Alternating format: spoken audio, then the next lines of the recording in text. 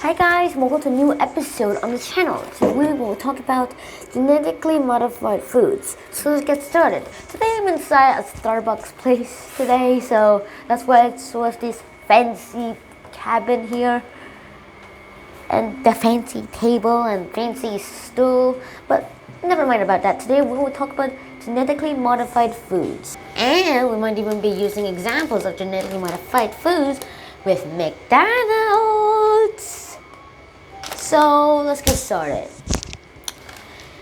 There are loads and loads of things that happen with genetically modified foods, and well, there's a lot that we can say. Now let's get a real life example. Let's say there's a scientist who works in a McDonald's factory.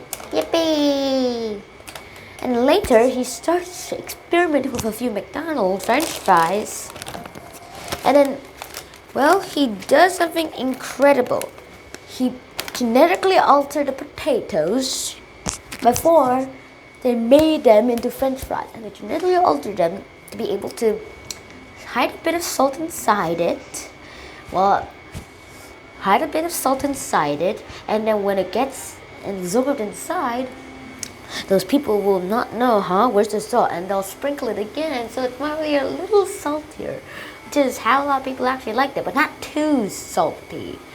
Alright, it just increased 5% more saltier, 10% more saltier eventually. And then it also got health benefits inside it.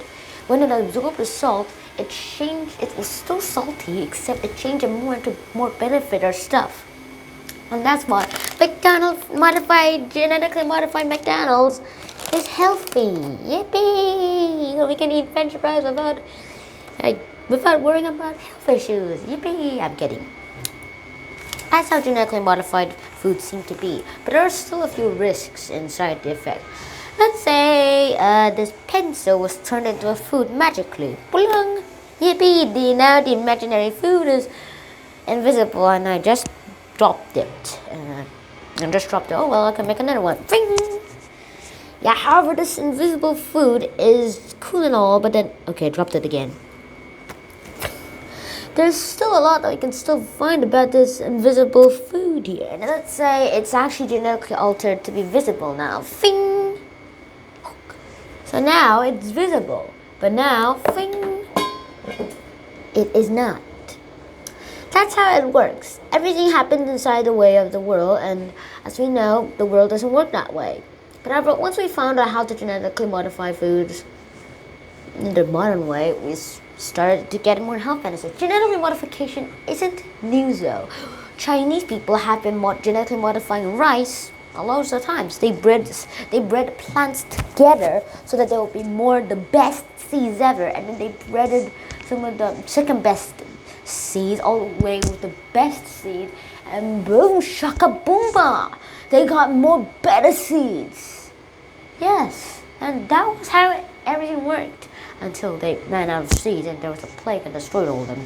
And they had to start the process over. But still, there's still more that we can learn about this genetically modified foods. But as the critics say, we might be exaggerating.